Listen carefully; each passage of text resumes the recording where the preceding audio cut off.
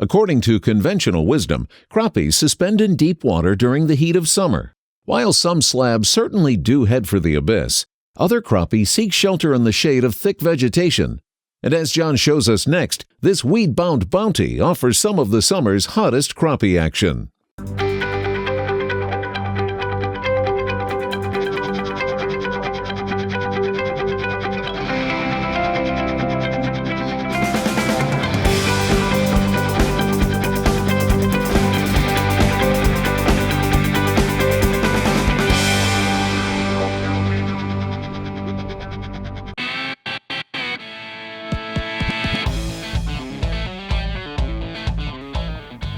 There he goes.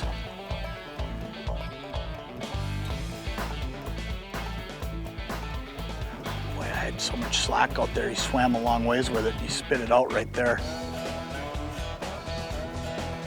There, he's gonna eat it again, I think. Yeah, there he is. Followed it. A lot of times that'll happen with panfish. You know, bluegills or crappies, this feels like a pretty good fish too.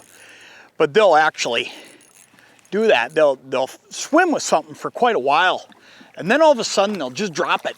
But if you just jiggle it just a little bit, here's what happens. Crappies like that one right there, they're still there, and they'll eat it. This is a really neat pattern we're on today. I'll tell you what, it's midsummer, 75-degree water temps, and this has been the hottest week of the year. We've been messing around with temperatures this week somewhere in the mid to high 80s and huge humidity. In fact, we finally got a little bit of wind that's making it a little less miserable to be on the water. It's actually really nice out here. But here's the thing. This pattern we're on is a pattern that holds up at this time of the year really, really solid. And here's why. What these fish are doing is they're hiding out from the heat. They're finding areas where they can actually stack up and feed. And crappies like this one, it's a different deal. It's not that deep water you're used to. So what we're gonna do here today is we're gonna show you something that you haven't seen before, or if you have, you probably haven't tapped its greatest potential. Fish like that one right there, they're stacked up on spots like this one. All it is a little bit of a weed bed, but it's mat weeds and they're all sitting on the surface, and that's what's making the difference. We're gonna get that one in the well. Let's go out there and get another one. That's how you wanna start, right there.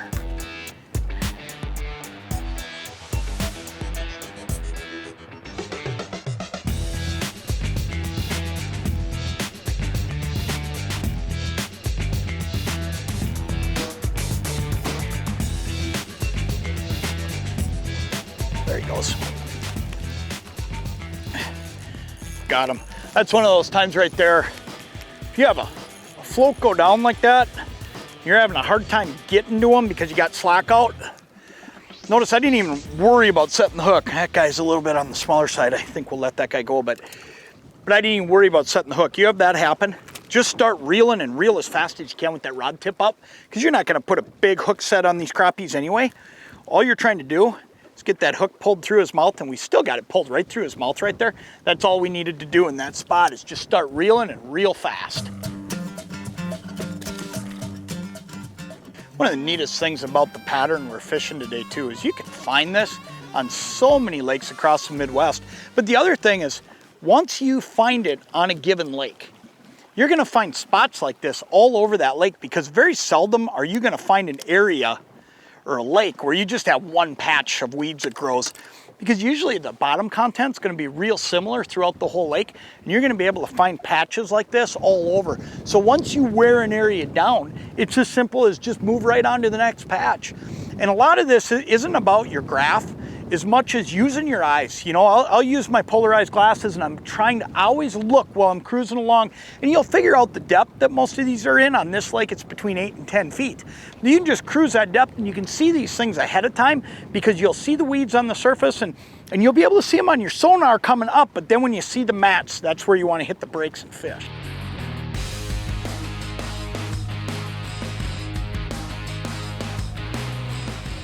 Got him. That one we got, and I made one little adjustment there. I missed 3 or 4 fish in a row, and I don't know if I got a crappie or a bluegill here. Oh, it's a crop. But you know, when you start missing fish like that, one of the things you can do, especially when you're fishing that little hunk of night crawler, and that's a good keeper right there, is just simply change how much night crawler you're using. Because a lot of times they're just biting on the back part of that thing, and that's what was going on here. I was just using too much night crawler, and you know what, we'll actually let that guy go because we've been catching enough of them. But let me show you exactly what we're using here, because it's just a deadly tactic at this time of the year. What this is a what's-it jig. Now, a lot of times when I'm fishing panfish, I'll use these Lindy what's-its, but I'm using them in a 32nd ounce size, a really, really small size. I'm not doing that at this time of the year. When we're into this midsummer period, I'm using something heavier. This is a 16th, but it gives me a bigger body as well. It's a bigger size meal, and crappies and bluegills at this time of the year, especially these crappies we're catching so consistently today, they're looking for something bigger to eat. You've got that tail that's always moving, so it could be a minnow, it could be a bug, it could be larva. You got those little legs. It's really got everything. It could be one of a lot of different things that these fish are eating, and that's what makes this jig so effective.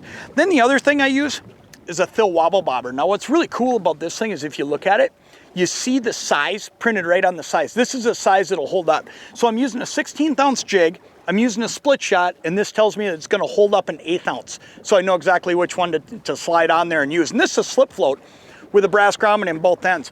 But what's really, really important about this wobble bobber is what I'm casting to, I gotta be so precise, and because of its weight and balance, this thing allows me to just cast it perfectly. I can know exactly where I'm gonna put it, I can aim, and I can hit that target almost every time.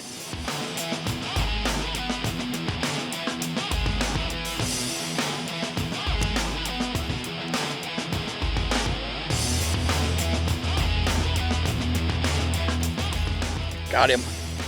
That one feels like a pretty good one too. This one followed me out a long ways. I missed this one right on the edge of that weed mat. And he came out a long ways. Oh yeah, that is a better one. Look at that. That's a good one right there. This is a really neat tactic. And it's a really neat pattern because you know what? There's guys fishing crappies here today. And they're probably catching some fish out there deep. But let me tell you something, there's plenty of crappies just like this one in situations like this. And if you drive around most lakes, anywhere where you've got a lake with a fertile bottom and vegetation, you're gonna be able to find fish like this hiding under mats like that. Drive around, take a look at some of this stuff next time you're thinking about getting out and getting some midsummer panfish. They love that shade, it's some cool water, and there's a lot of bait there. And along with that, there's a gold mine there when it comes to panfish, crappies and bluegills.